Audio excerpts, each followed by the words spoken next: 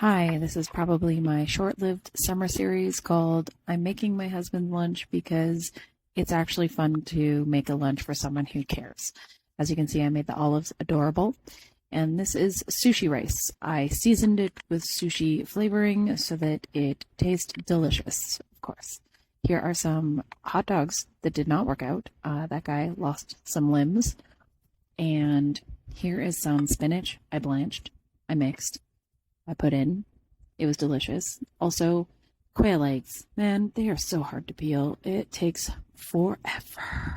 As you can see, I am fumbling my way through this. Yeah, forever, just for those 5, by the way. Here's some salt I added for his eggs because he likes his eggs with a little bit of salt. And here is some soy sauce for everything else. The end. This is what I mean when I say sushi flavoring. It's just sushi rice flavoring. I add it to our rice. It has vinegar and sugar. It tastes delicious. I used to make my own, but I just don't have time for that anymore. You can find lots of recipes for this online, but I just buy it from my local Asian grocer. So there you go. Hi, this is another installment of my series where I make lunch for my husband because he appreciates it. I was going to post this last week, but I was too tired to edit. I have hydrated some shiitake mushrooms and I'm chopping them up. The onions should have been cut smaller, but I do not have the patience for it. Here I am mixing it with some spices, and then I spent 30 minutes peeling these freaking quail eggs again. The entire process of making miniature Scotch eggs, because Scotch eggs are his favorite, and I am a loving and doting wife, took me 2.5 hours total.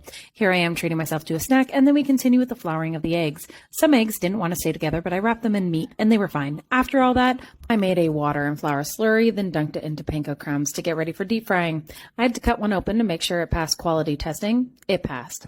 Then we went on to packing the lunch. I made more sushi rice and packed in an egg tart, plus more pickles and olives. The important part is fitting as many Scotch eggs as you can into the lunch, otherwise he will be disappointed. I hope you enjoyed this series. Thank you and bye-bye. Here's another episode of I Made My Husband's Lunch because he actually appreciates it. He didn't eat his pickles and his olives from the day previous because obviously I put in enough Scotch eggs for him. So here I am making more sushi rice and adding more Scotch eggs. Don't at me about cutting in my Tupperware. I understand I'm not supposed to do that. I really don't care. It's an old piece of Tupperware. I packed him a sweet treat and then that was it. The entire week looked like this lunch. And so I did not film more. Thanks. Bye-bye.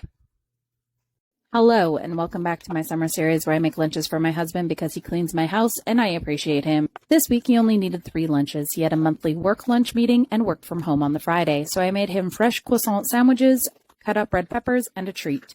He is a fan of spice, so I used the jalapeno lime aioli sauce from Costco, and to counter the spice, I used the not-so-secret sauce from Superstore, which is a Big Mac imitation sauce and delicious. I don't even know what ham this is, but I like to use 4 to 5 pieces of it because protein helps you get through your day. I made sure to wash and thoroughly dry the lettuce. No one likes a soggy sandwich, and then I packed them up. I couldn't fit the 2 croissant sandwiches into the main container, so I packed the extra in a separate smaller one. Since I made this same lunch for 3 days, I did switch it up a bit, adding red onions and garlic and herb cream cheese on one of the other days. Yes, despite everything, I do enjoy making my husband's lunches. The man washes floors and does laundry. I make the food. Hope you have a great day. Bye-bye.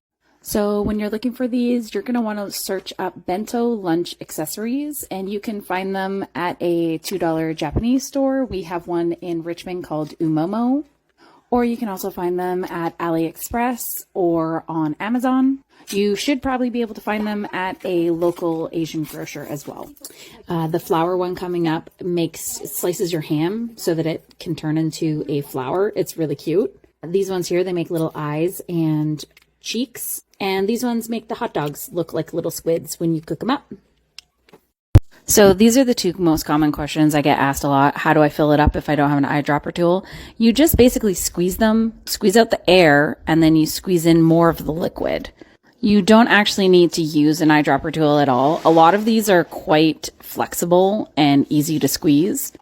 And if you were to fill it with a dried good like salt or some sort of seasoning, you can use a paper funnel or you can use your hand. And the second most asked question is, how do I clean these things? And to clean them, you just need some hot soapy water, and you clean them the way you fill them. So you just squeeze the hot soapy water in and out. And if you have something dried in there, you can use one of these little scrub brushes, or you can use a pipe cleaner. Pipe cleaners are really cheap. You can get them from the dollar store. The fluffy Chanel ones work really great for getting stuff off the side. And if it's still not coming out, just let it soak in some hot soapy water and then try again. Hope that helps. Hello and welcome back to my summer series of making lunches for my husband because he appreciates it. Here I have some leftover barbecue roasted red peppers and I peel the skin off and cut them up. I'm making some chicken tortellini because it's an easy lunch to heat up and enjoy. I added some oil and balsamic vinegar to the red peppers, taste tested it, and added more vinegar. Here's a clip of my oven timer going off because it sings to me and is pretty cute.